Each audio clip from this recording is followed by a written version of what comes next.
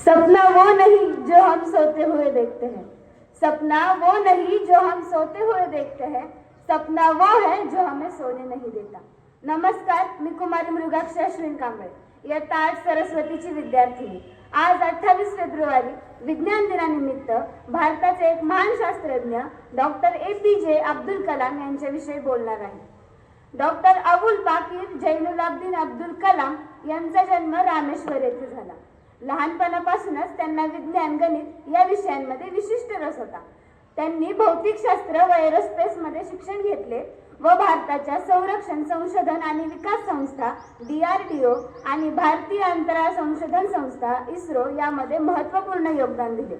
त्यांनी भारताच्या प्रक्षेपण विकास उपक्रमात देखील महत्त्वाची भूमिका बजावली, ज्यात अग्नी, पृथ्वी यांसारख्या क्षेपणास्त्रांचा समावेश आहे.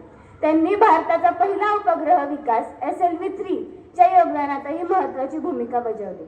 अब्दुल कलामांचे विचार आणि कर्तृत्वाने भारतातील कोट्यवधी तरुणांना प्रेरणा दिली आहे. ते म्हणायचे, स्वप्ने ती नाहीत जे आपल्याला झोपेत पडतात, तर स्वप्ने ती आहेत जी आपल्याला झोपू देत नाहीत. एकदा त्यांच्या शाळेत शिक्षकांनी त्यांना विचारलं की तुम्हाला काय व्हायचंय, तेव्हा त्यांनी उत्तर दिलं, मला पायलट व्हायचंय. यावर शिक्षक त्यांना म्हणाले, जर तुला पायलट व्हायचं असेल तर खूप मेहनत घ्यावी लागेल. पुढे जाऊन हे पायलट व्हायचं स्वप्न कोणीही मार्गदर्शक नसल्यानं थांबलं. त्यांनी BSc फिजिक्सला ऍडमिशन घेतले. फायनल इयरला गेल्यावर असं कळलं की जर पायलट व्हायचं असेल तर इंजिनिअरिंग मधील एरोनॉटिकल इंजिनिअरला प्रवेश घ्यावा लागतो. कोणीही मार्गदर्शक नसल्याने आयुष्यातील 3 वर्ष आपण वाया घालवली असंच त्यांना वाटत होतं. त्यावर ते खूप रडले देखील. परंतु पुढे जाऊन याच BSc फिजिक्सनं त्यांचं आयुष्य बदलून टाकलं. त्यांनी एरोनॉटिकल इंजिनिअरची पदवी घेतली. त्यावेळी संपूर्ण भारतातून फक्त 8 मुलं ही पदवी घेऊ शकली होती. एअर इंडिया नावाची एकच संस्था पायलटच्या जागा भरायची आणि त्यावेळी एअर इंडियाला फक्त 7 जागा भरायच्या होत्या आणि मुलं आली होती 8. कलाम त्यातील टॉपर होते. सर्वांचे इंटरव्ह्यू झाले. डॉक्टर कलाम सोडून इतर सर्वांना नोकरी मिळाली. हताश झालेले अब्दुल कलाम रामकृष्ण नावाच्या एका मठात गेले, जिथे त्यांचं संपूर्ण बालपण गेलं होतं. तिथून ते हरिद्वारच्या मठात गेले.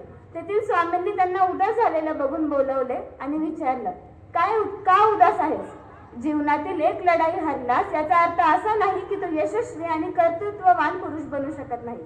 कदाचित तुझी निवड ईश्वराने काहीतरी महान कार्यासाठीच केली असेल.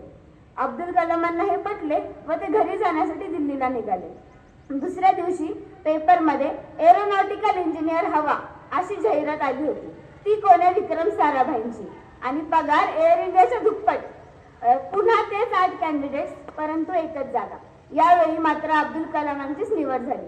दुसऱ्या दिवशी ते नोकरीला गेले आणि त्यांनी विचारलं, सांगा कुठे न्यायचंय विमान? यावर विक्रम साराभाई म्हणाले, आपल्याकडे विमानच नाही, पण मला खात्री आहे ते विमान तूच बनवशील. आणि त्यानंतर अब्दुल कलामांनी महत्त्वपूर्ण अनेक संशोधने केली. त्यांच्या अत्यंत महत्त्वाच्या संशोधनांपैकी अग्नी प्रक्षेपण हे खूप महत्त्वाचे आहे. 1980च्या दशकात भारताला एक शक्तिशाली मिसाईलची आवश्यकता होती, जी भारताच्या सुरक्षा मागण्यांना पूरक ठरेल. डॉक्टर अब्दुल कलाम यांच्या नेतृत्वाखाली भारताने integrated guided missile development programme ICMDP च्या अंतर्गत अग्नीचा विकास सुरू केला. ही एक डिजिटल प्रक्रिया होती.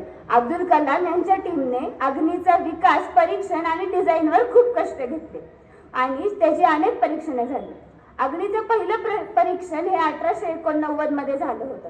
त्यावेळी अग्नीने 700 किमीची रेंज धरली होती. त्यानंतर अग्नीची अनेक परीक्षणे झाली, ज्यामध्ये त्याची रेंज आणि अचूकतेमध्ये सुधारणा करण्यात आली. अब्दुल कलाम यांच्या नेतृत्वाखाली भारताने एक शक्तिशाली मिसाईल विकसित केली आहे. त्यांच्या प्रगती आणि कर्तृत्वाने भारतातील वैज्ञानिक आणि तकनिकी प्रगतीला एक नवी दिशा दिली आहे. अशा महान वैज्ञानिकाचा हा एक प्रवास, ज्यातून आपण एकच शिकावं, जर सूर्यासारखं चमकायचं असेल तर सूर्यासारखं जळावं लागतं. जर सूर्यासारखं चमकायचं असेल तर सूर्यासारखं जळावं लागतं आणि ध्येय प्राप्ती करायची असेल तर ध्येय वेडे व्हावं लागतं. धन्यवाद.